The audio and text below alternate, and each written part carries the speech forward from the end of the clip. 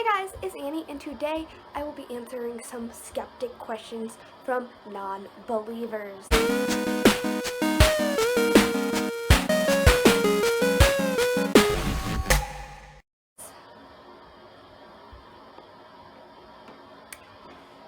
got the questions right in front of me, and so then I'm just going to read them.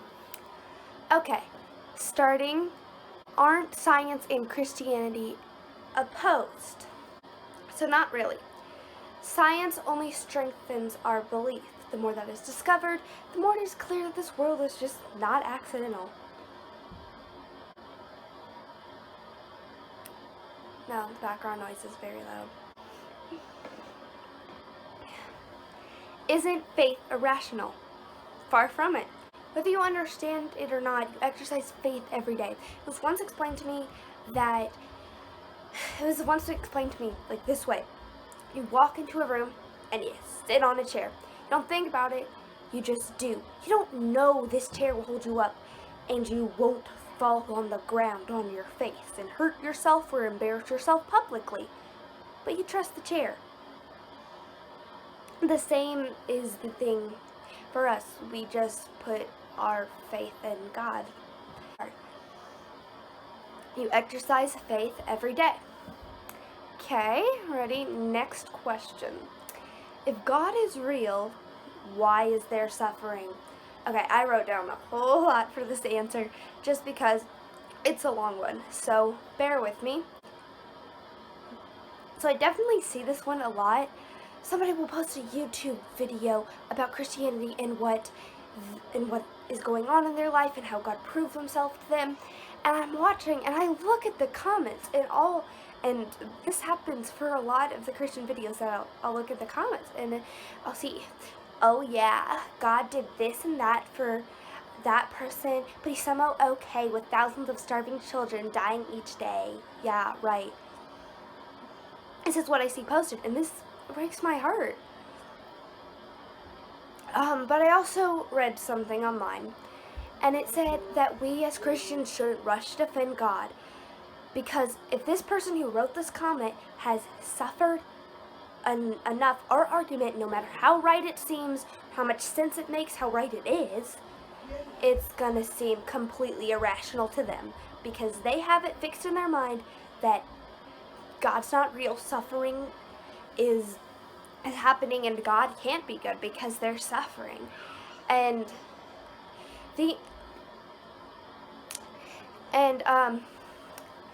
scientists say that just because suffering exists doesn't disprove the existence of God.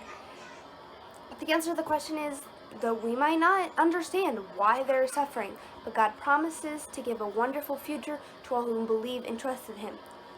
So we don't know why they're suffering. I mean, the enemy exists. Humans have free will, and sometimes humans use that free will in a bad way. But just because there is suffering does not mean that there's no God. And God promises to give a wonderful future to all who trust in him. And I'm drinking water a lot. That's the answer to that question. Alright, the next question says, if God is so good and following Jesus so fantastic, why are Christians a bunch of self-righteous hypocrites? Wow. The answer to this is simple. Because sometimes we are. Whether you like to admit it, we just are. Just because we are Christians doesn't mean we are perfect. In fact, we know we're not perfect. We sin just like the rest of the population. But there are times when we love our enemies and pray for those who persecute us, just like Jesus taught us, just like there are other times where we completely ignore all of Jesus' sayings and go off and sin, because we're still human. We don't think we're perfect because it's been proven to us that we are not perfect, and that's why we need Jesus, because we know we're not perfect. But we try to get better, I promise. At least I hope we do. I try. And how do you know the Bible's reliable? So I've actually looked at a couple of books which explain this. I actually have some in my closet. The short answer is the Bible is written by at least 40 men over the course of 1,500 years. There's not one single contradiction. Ever. Everything that in the Bible does not contradict something else that is in the Bible. Like, there are no single contradictions ever.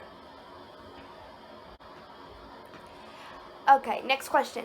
If God knows everything, what's the point in talking to him? Well, first of all, I hear this a lot, so I'm just going to repeat it. Christianity is not a religion, it's a relationship. So if you want to have a relationship with somebody, it would be super weird to not talk to them. Super weird. Same goes for God. Alright, the next one is more like a statement. It says, the 10 Commandments are a great way to live, but I don't need God. Okay, so this answer, it says, well, we don't follow the 10 Commandments perfectly. The Bible makes it perfectly clear that it is impossible, but Jesus lived the perfect life we were unable to live and gave his life on the cross so we could be forgiven. And his goodness is transferred to us because he's the one who gave his life and rose again, so we'd be right with God. The gospel at the heart at Christianity is the ultimate answer to this. We need God. That is the message of Christianity. That's why Jesus came to save us. So, yes, you do need God, but you don't understand it, I guess. You don't understand your need for God, and that is what led you to say this thing. And what about those who never hear of Jesus? Okay, well, don't exactly have a perfect little answer for this, but God's perfect love and justice far exceed our own. Whatever he decides will be loving and fair. I read once that many asking this question seek a personal loophole away so they won't need to believe in Jesus. So that's the end of today's video. I hope you enjoyed. Have an amazing day. God loves you, and so do I. Mwah!